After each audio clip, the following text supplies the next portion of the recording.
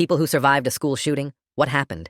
Ms. Gilman had this thing about tests, where once you started, nobody left for any reason, all because she'd caught kids texting answers from the stalls 3 years ago. So when we heard what sounded like firecrackers down the hall during our AP history exam, my hand shot up immediately. Ms. Gilman didn't even look at me, just pointed to the rule posted on her wall in bold red letters. No student leaves during testing. Ms. Gilman, those were gunshots, I said, recognizing the sound from hunting with my dad every winter since I was 12.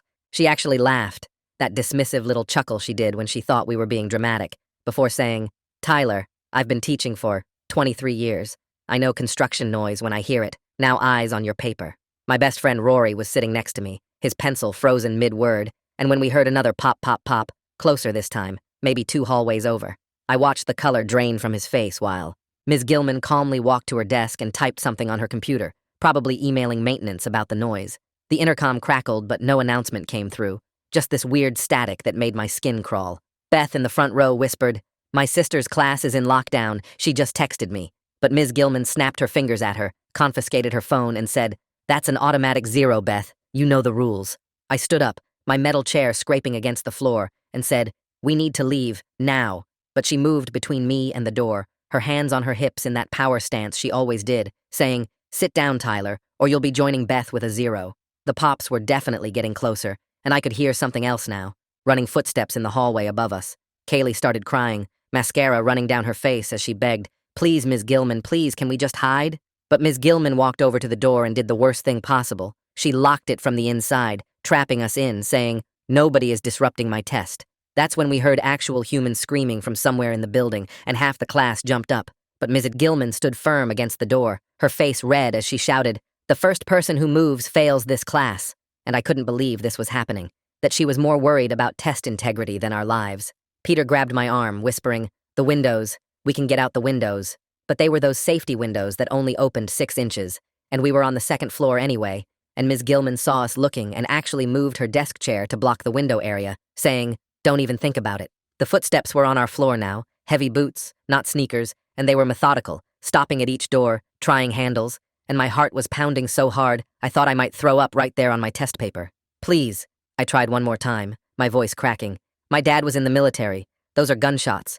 We need to follow lockdown protocol." But she laughed again, that same dismissive sound, and said, "Your dad should have taught you to respect authority then." When we heard the door handle rattle 2 classrooms down, I made the choice that probably saved 28 lives. I picked up my desk chair and threw it through the window, safety glass exploding everywhere, and screamed, "Everybody out now!" while kids stampeded past Ms. Gilman, who was shrieking about suspension and expulsion and criminal destruction of property. Peter and I literally had to drag Beth, who was frozen in fear, and we pushed people onto the lower roof of the cafeteria, helping them drop the 8 feet to the ground, while Ms. Gilman stood there with her grade book clutched to her chest, still yelling about rules and procedures, even as we heard our classroom door handle turn behind her. The officer who interviewed me later showed me the security footage timeline on her laptop, her hand shaking as she pointed to the timestamp, and I felt my entire body go cold when I realized the shooter entered our hallway exactly 37 seconds after the last student dropped from that roof. "He had a list," she said quietly, showing me the piece of paper they'd found. "Room 237 was circled 3 times. That's your classroom." My mom grabbed my hand so tight I thought she'd break it when the agent continued. "The lockdown announcement system had been damaged in the first minute. That's why you only heard static, but your teacher had received the email alert on her computer." She showed us the screenshot, the email Ms. Gilman had minimized to keep typing her maintenance complaint, the one marked, "Urgent, active shooter, initiate lockdown immediately," time-stamped 3 minutes before I threw the chair. Nobody said anything for what felt like forever after that. My mom's fingers wrapped around mine so tight I could feel her pulse racing through her palm. Dad's jaw did that thing where the muscle jumps under his skin, the same way it did when our neighbor backed into his truck last year. Detective Mayer reached into a manila folder and pulled out another piece of paper, sliding it across the metal table toward us. The shooter's notebook page had our room number written over and over in red pen, circled so many times the paper was torn through in spots. She pointed at the dates in the margins and told us he'd been planning this for 3 weeks, had our whole AP history schedule memorized, knew we'd all be stuck in that room for the 2-hour exam period. My stomach turned when I saw he'd drawn a little diagram of our classroom with X marks where all the desks were. The detective flipped to another page showing his internet searches about our school's testing policies and how Ms. Gilman never let anyone leave during exams. Dad pushed his chair back so hard it scraped against the floor and walked to the corner of the room, his hands pressed against the wall. Mom asked if there was anything else we needed to know, but the detective just closed the folder and said she'd be in touch. We walked out to the parking lot where news vans were already setting up across the street. Dad drove us home without saying a word, his knuckles white on the steering wheel, until he pulled into a gas station about halfway there.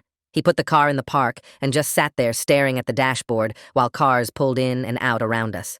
His shoulders started shaking, and he said he was proud of me, but those 37 seconds kept playing in his head.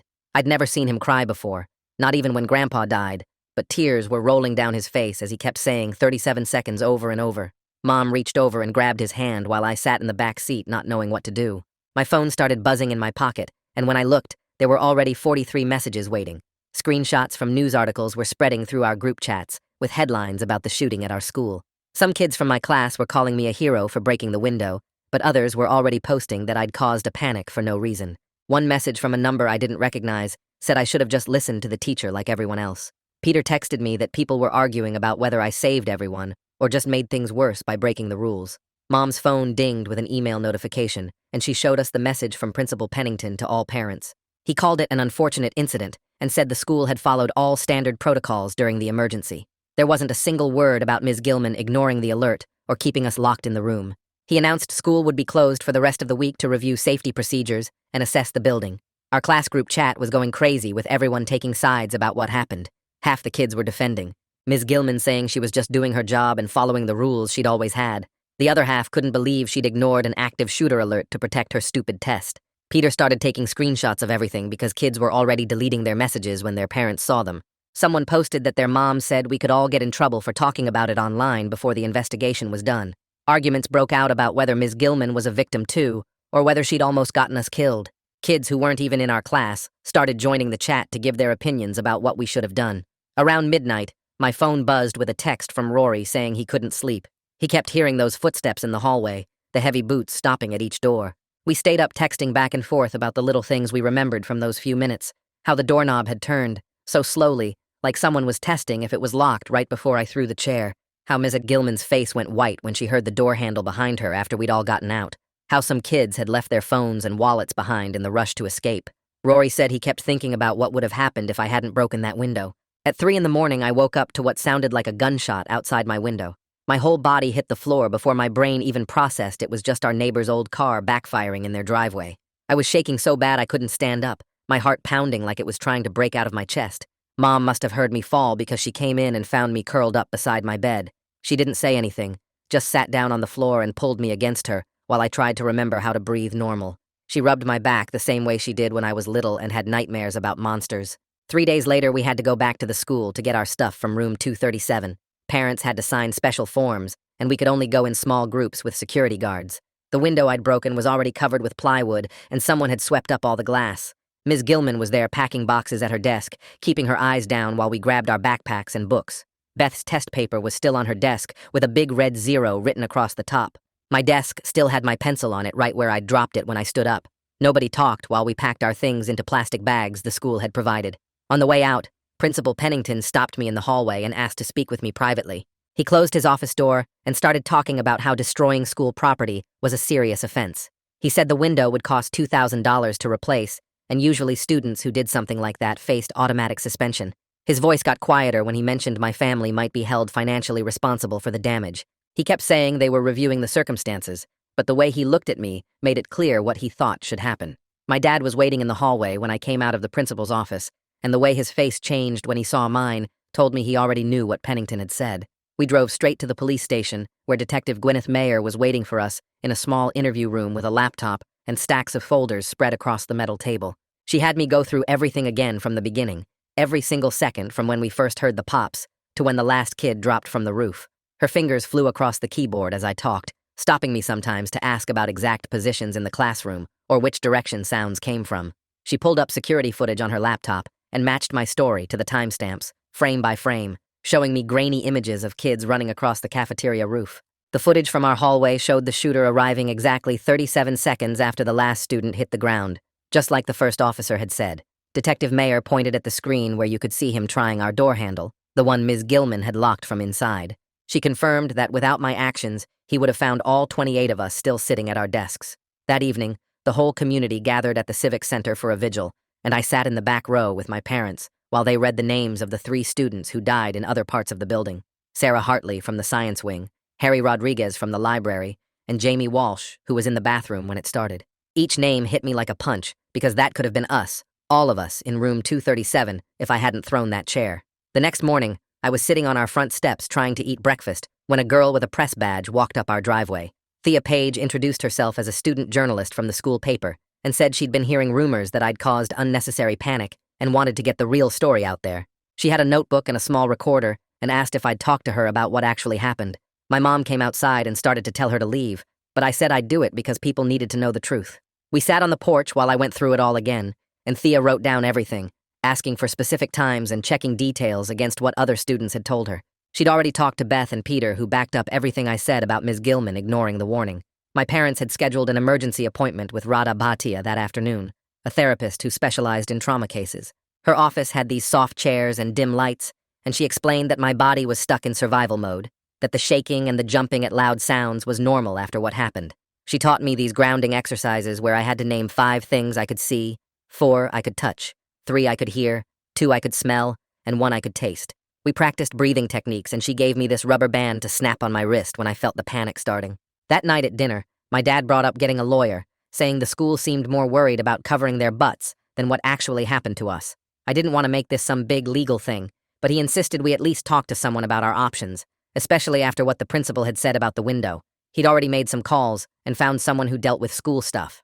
The next day, someone posted a video on Facebook that was edited to make it look like I just randomly went crazy and destroyed property. They'd cut out all the parts with the gunshots and screaming, just showing me throwing the chair and kids running. It spread through our local community groups, and suddenly my phone was blowing up with messages from people I didn't even know calling me unstable and saying I should be locked up. My mom spent hours reporting the video and trying to get it taken down, but it kept getting reposted. Thea published her article 2 days later with my full account, plus timestamps from the security footage and statements from Beth and Peter confirming everything. The comments section turned into a war zone with some people supporting me and others saying I'd overreacted and caused unnecessary damage. At least the real facts were finally out there with evidence to back them up. Detective Mayer called me back to the station to show me something she'd found in the investigation. She had this detailed map the shooter had drawn of the building with timestamps at each location, showing his planned route. Room 237 was marked as his 4th stop, circled multiple times with an estimated arrival time that matched when he actually got there.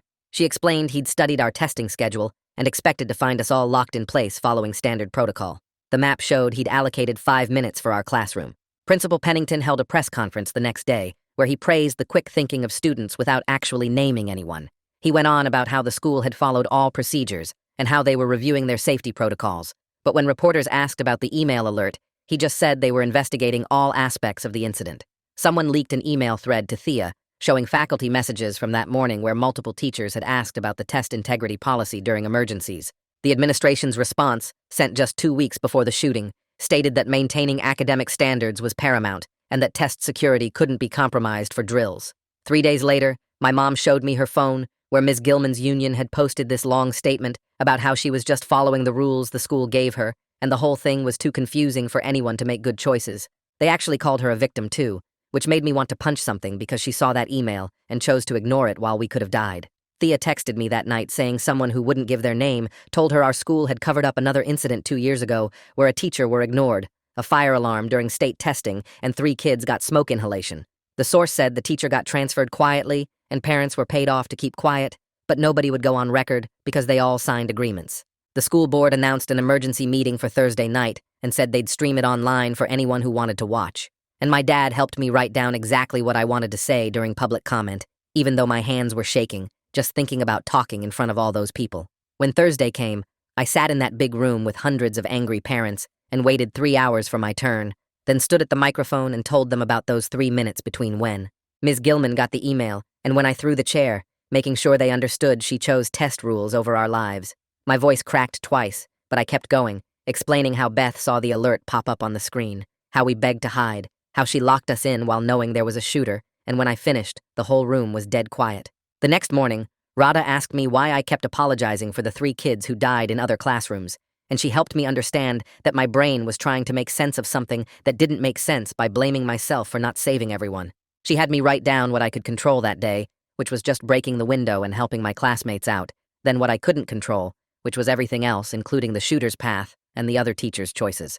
Thea came by that afternoon with a stack of papers, asking if I'd help her write really specific questions for a Freedom of Information request she was filing to get all the emergency alerts and training records from the district. We spent 2 hours writing questions like exactly when each alert was sent, who opened them, what training teachers got about emergencies during testing, and whether there were previous incidents where protocols weren't followed. Detective Mayer called me back to the station the next week and pulled out this folder with photos of the shooter's planning materials, showing me how room 237 was circled over and over on his hand-drawn map with notes about our testing schedule. She explained he'd planned to hit our room when he still had most of his ammo, right at what he called the peak of his attack, and I barely made it to the bathroom before throwing up my lunch. That same night, Beth sent me screenshots from her phone showing she'd been recording a Snapchat video of her desk when everything started, and you could actually see Ms. Gilman's computer screen in the background with the red alert box popping up. Beth's video showed Ms. Gilman looking at it, moving her mouse to minimize it, then going back to typing her email about maintenance while we sat there like sitting ducks. Some parents from the PTA started a Facebook group saying I'd made things worse by breaking the window because it could have given the shooter another way in, and they wanted me punished for what they called reckless vandalism that endangered everyone. They kept posting these long rants about how I wasn't a hero, but a panicked kid who could have gotten everyone killed by creating an access point, and my mom had to block like 30 people who were messaging us directly with threats. 2 days later, an official letter came from the district with a hearing date for next week about destruction of school property during the incident, saying I might be suspended, and my family might have to pay $3,000 to replace the safety glass window. My dad read it twice, crumpled it up, then smoothed it out and said, we needed a lawyer right now because the school was trying to make me the bad guy to cover their own butts. He called Keith Roth that afternoon, this lawyer who specialized in education law and had won a big case against a district that expelled a kid for reporting a teacher's abuse, and Keith took our case immediately. Keith filed something with the state board that same day and sent the school district a letter saying they better not delete any emails or videos or documents, because we'd need them all for evidence, and he used this legal term that meant they'd be in huge trouble if anything disappeared. That night, my parents sat me down at the kitchen table after dinner, and my mom started talking about how reporters kept calling the house asking for interviews. She wanted to change our phone number and maybe even stay with my aunt for a while, but my dad kept shaking his head and saying we couldn't let them control how our story got told. He pulled out this notebook where he'd been writing down every media request and said we needed to pick 1 or 2 trusted outlets to work with instead of hiding from everyone. My mom's hands were shaking as she sorted through the business cards reporters had left in our mailbox, and I watched them go back and forth for over an hour about whether talking would help or hurt our case. We finally agreed I'd only talk to Thea since she was a student who understood what really happened, and Keith would review anything before it got published. 3 days later, Keith called us over to his office and spread out hundreds of pages across his conference table that Thea's FOIA request had gotten back from the district. He had me help him go through each page with a highlighter marking anything about the emergency alerts, and there it was on page 247. A server log showing every teacher's email activity that morning. The log showed timestamps for when each teacher got the active shooter alert, and when they opened it, and every single teacher had clicked on it within 30 seconds, except one entry that stayed marked as unread for 16 whole minutes. Ms. Gilman's email account showed she'd gotten the alert at 10:47, but didn't open it until 11:03, which was 4 minutes after I'd already thrown the chair through the window. Keith took photos of that page and made copies, and said this was exactly the proof we needed that she'd ignored the most important message of her career. Detective Mayer called me in again the next week and explained what they'd figured out about why the announcement system hadn't worked that day. She showed me photos from the crime scene where the shooter's first shots had gone through a wall in the main office and hit the electrical panel that controlled the PA system. The backup alert system that was supposed to send texts to everyone's phones had never been turned on because the secretary thought the regular PA would handle it like always. She said it wasn't anyone's fault, really. Just bad luck that the shooter knew exactly where to shoot first. But I kept thinking about how we'd all been sitting there with no idea what was happening. 2 days after that meeting, Principal Pennington sent out another one of his carefully worded emails to all the parents talking about how the investigation was ongoing and promising appropriate action for any policy violations they discovered. He didn't name Ms. Gilman, but everyone knew who he meant when he wrote about certain staff members who might have made errors in judgment during the crisis. My dad read it out loud at breakfast and said Pennington was trying to throw Ms. Gilman under the bus to save his own job since he was the one who'd made the testing policy so strict. The next Saturday, I went to the grocery store with my mom to get stuff for dinner, and we were in the cereal aisle when a stock boy dropped a whole pallet of cans behind us. The crash was so loud and sudden that I dove behind the soup display before I even knew what I was doing and ended up crouched on the floor with my hands over my head. My mom found me there and helped me stand up while other shoppers stared at us and whispered to each other, and I could feel my face burning as we left our cart and walked out. In the car, I tried Radha's breathing exercise, counting to 4 on the inhale and 6 on the exhale, and it helped me stop shaking faster than the last time something triggered me, but I still felt sick about how everyone had looked at me. Keith must have been worried about the district destroying evidence because that Monday, he filed this formal legal letter requiring them to preserve everything related to the shooting. He explained that it meant they couldn't delete any emails or security footage or documents, because if they did now that they'd been officially notified, it would be considered destroying evidence, and they could face criminal charges. He sent copies to the principal, the superintendent, the school board, and even the IT department to make sure everyone knew they were on notice. The police held a press conference that Wednesday, where they released parts of the shooter's journal they'd found in his bedroom, and Detective Mayer warned me ahead of time that it would be hard to hear. The journal showed he'd been planning the attack for months, and had specifically picked our AP history class because some kid in our class had apparently laughed at him in the hallway back in January, though none of us could even remember the incident. He'd written room 237 over and over in the margins and drawn diagrams of our classroom layout and noted that we'd all be stuck there during the exam period with no way to leave. The worst part was reading his note about how Ms. Gilman's strict testing rules meant we'd be trapped and easier targets, which made me throw up in the police station bathroom. 2 weeks went by before we got a letter from Ms. Gilman's lawyer saying she wanted to meet with me and my family to discuss what happened and try to reach some kind of understanding. Keith read the letter twice and said we should go, but not say much. Just listen to whatever she wanted to tell us and see if she was trying to apologize or trying to get us to drop our complaint.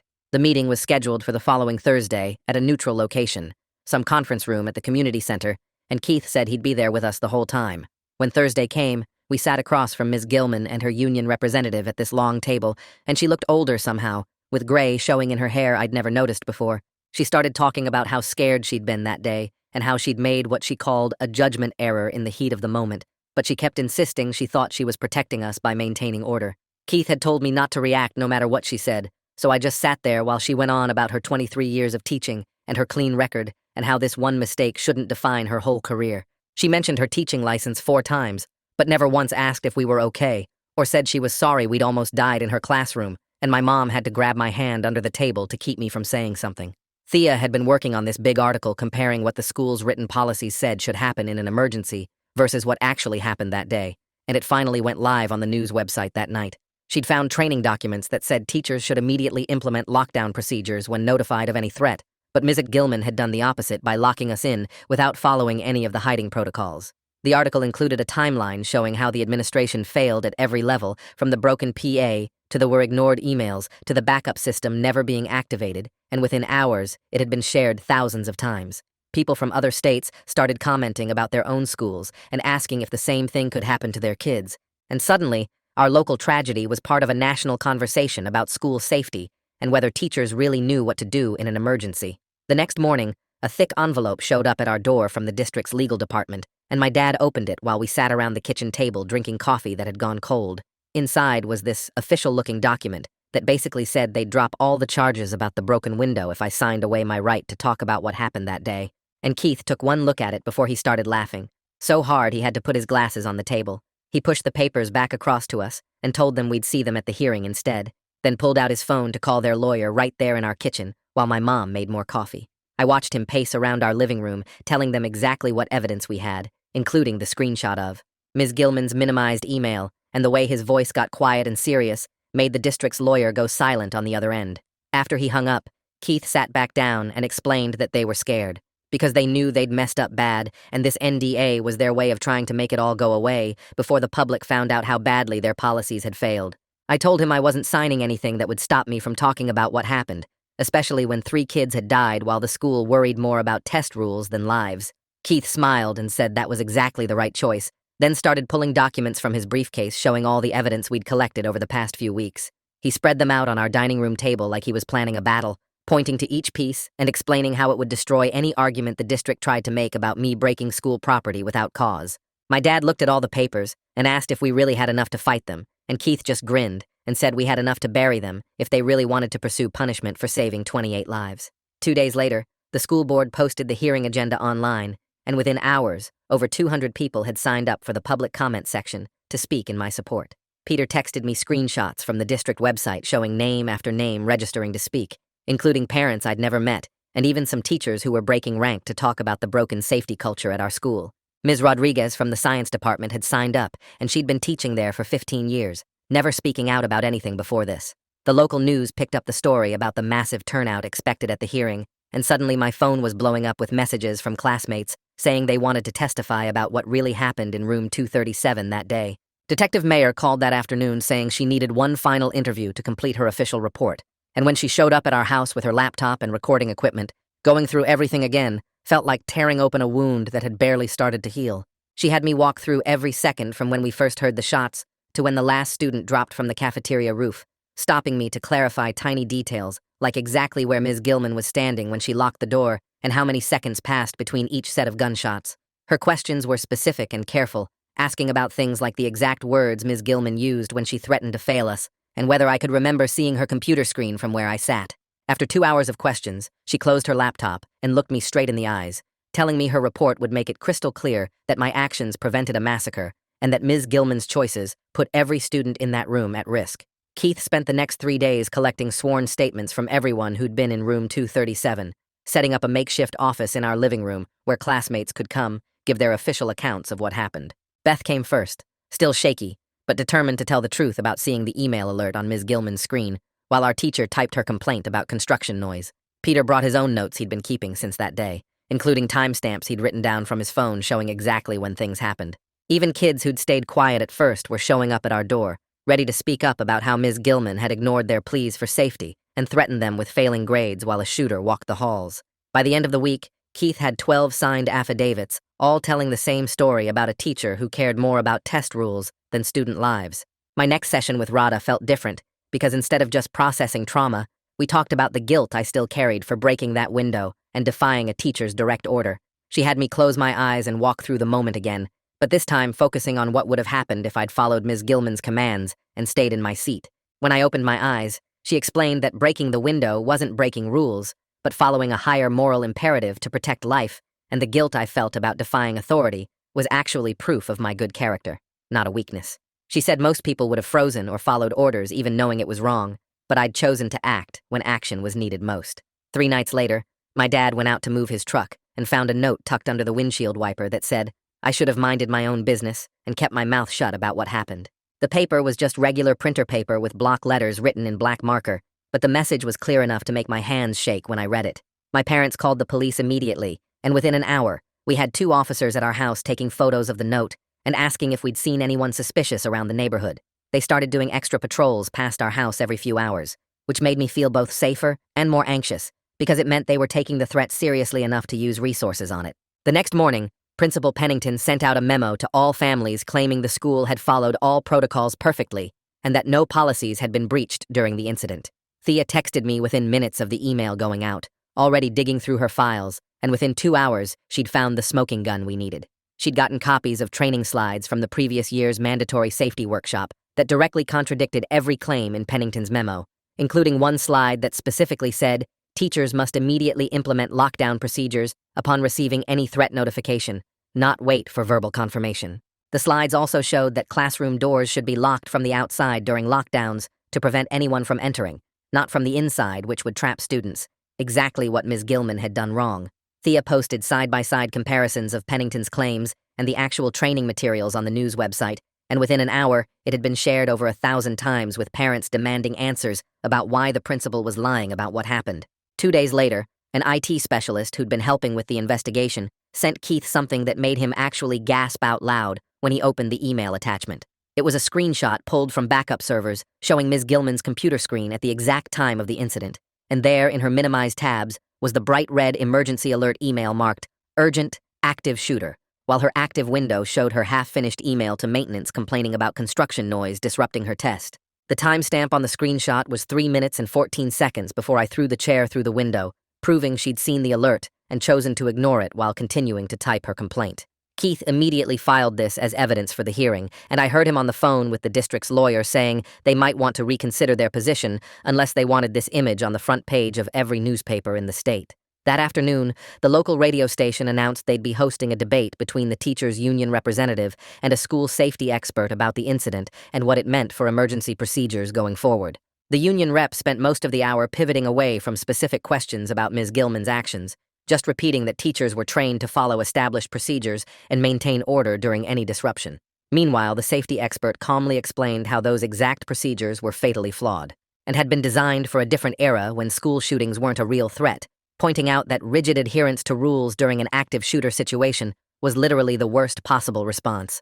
Keith picked me up early the next morning, and we spent 4 hours in his office going over every single detail of what happened that day. He had me tell the story over and over until I could say it without my voice shaking, without getting angry when he played devil's advocate and asked if maybe I'd overreacted to construction noise. He taught me to pause before answering, to keep my hands still on the table, to look directly at whoever was asking questions, even when they tried to make me feel small.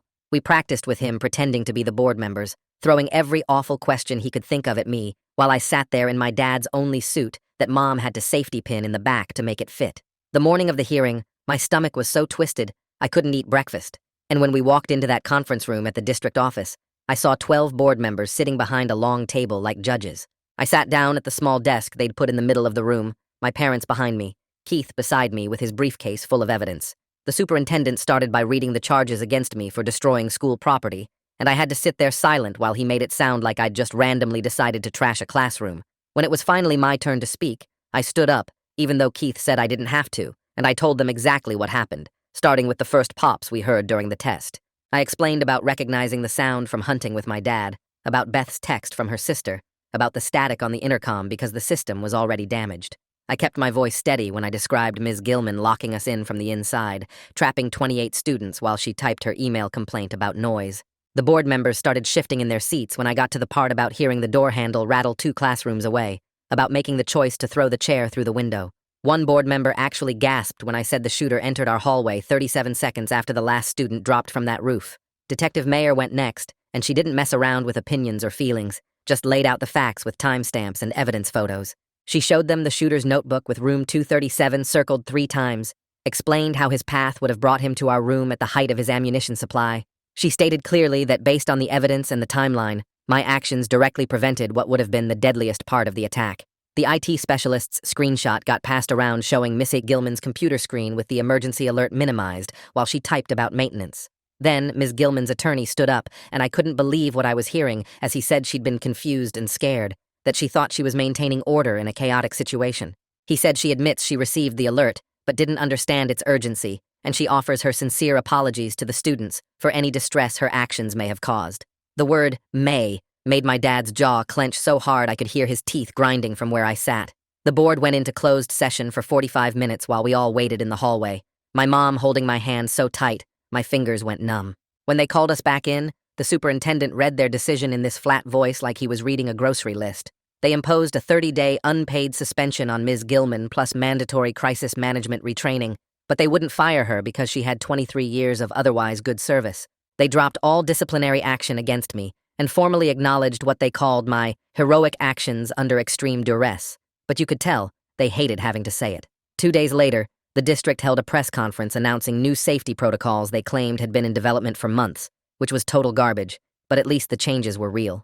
They installed redundant alert systems, gave both students and staff authority to initiate lockdowns, and redesigned all the emergency drills to actually make sense. Principal Pennington had to stand at that podium and publicly apologize for threatening me with disciplinary action, and even though his words sounded like someone else wrote them, at least it went on record.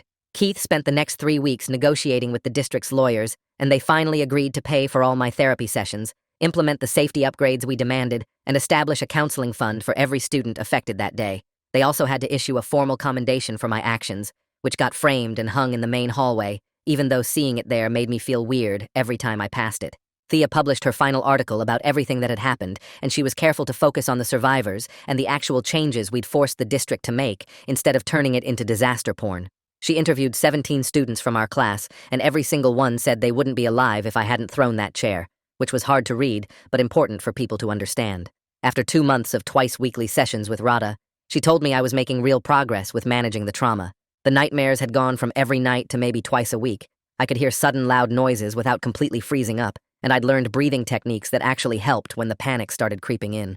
We made a long-term plan for continuing therapy, tapering down to once a week, then eventually once a month, with the understanding that healing from something like this takes time, and there would be setbacks. She taught me that getting better didn't mean forgetting what happened or pretending it was okay, just learning to carry it without letting it crush me. 3 weeks later, they finally let us come back to the school, though not to room 237, which stayed locked with yellow tape across the door like a crime scene. They put our whole AP history class in the library instead, these long tables where we couldn't sit in our old spots. And the first morning back, I walked in to find Rory already there, saving me a seat next to him and Peter. My hands shook, holding my new textbook because they'd thrown out everything from that room. Even our old tests and the substitute teacher kept looking at us like we might break. Kids from other classes stared at us in the hallways, some with this weird respect, others whispering about the window I broke, and I just kept my head down walking between classes. The new classroom had windows that opened all the way and 2 exits, which the sub pointed out 3 times that first day, and I noticed how everyone kept checking both doors during class. After school, Rory grabbed my arm, and we walked without talking to the memorial garden they'd planted near the football field for the 3 students who died. Fresh dirt surrounded 3 small trees with plaques I couldn't read through the blur in my eyes, and we stood there for maybe 20 minutes not saying anything while other kids left flowers and notes. Rory finally squeezed my shoulder, and I squeezed back, both of us knowing we'd been 37 seconds from having our own trees there. 2 days later, my mom handed me an envelope that came to the house with no return address, just my name written in the careful cursive I recognized from 3 years of corrections on my essays. The letter inside was 2 pages of Ms. Gilman's tight handwriting admitting she'd been wrong, that she'd let her need for control override basic safety, that she was transferring to a district in another state and wouldn't ask for my forgiveness because she knew she didn't deserve it. I read it 4 times, then handed it to my dad, who read it once and fed it into the shredder, saying some apologies come too late to matter. Detective Mayer called that Friday to say she was closing the investigation and mailing us the final report, which arrived in a thick manila envelope with a red stamp marking it confidential. Page 14 had the commendation she'd written about my decisive action under extreme duress, saving 28 lives, but the words felt empty compared to the weight that still sat on my chest every morning. The school district scheduled a meeting where they wanted student input on the new safety protocols, and I signed up even though being in those administrative offices made my skin crawl. We spent 3 hours going through every detail of the new system where anyone could trigger a lockdown. Teachers had discretion to evacuate, and the drills actually made sense instead of trapping kids like sardines. During the first new drill 2 weeks later, when the alarm sounded, our substitute immediately opened both exits and told us to make smart choices, and we evacuated to the football field in under 90 seconds. The district held this small ceremony in the auditorium where Principal Pennington had to stand at the podium and present commendations to me, Peter, Beth, and 5 other students. I kept my speech to 14 words about community and change, watching my parents in the 3rd row nodding while Pennington's jaw stayed clenched the whole time. By the time summer came, I'd found this rhythm that felt almost normal, working morning shifts at the hardware store my dad's friend owned, carrying bags of mulch and sorting screws while my hands learned to be steady again. Radha cut our sessions to once a week, then every other week, saying I was processing things well, though she kept her phone on for me all the time just in case. The nightmares faded from every night to maybe once a week, usually the same one where I couldn't break the window no matter how hard I threw the chair. I started running in the early mornings when the streets were empty, passing the school on my route, even though there were other ways to go. 4 months to the day after everything happened, I was jogging past the main entrance when construction workers renovating the damaged wing dropped a steel beam that hit the concrete with this massive clang that echoed off the buildings. My whole body tensed, and I stumbled but kept running, my breathing staying controlled the way Radha taught me, and I made it all the way home without stopping. Standing in my driveway, catching my breath, I realized the sound hadn't sent me to the ground like it would have even a month ago, and maybe that was what getting better looked like. Not forgetting, but learning to keep moving when the world made sudden loud noises. Thanks for letting me poke around these questions with you today. Really hope my little wonderings were worth your time. I'll catch you next time. Subscribe for more content like this.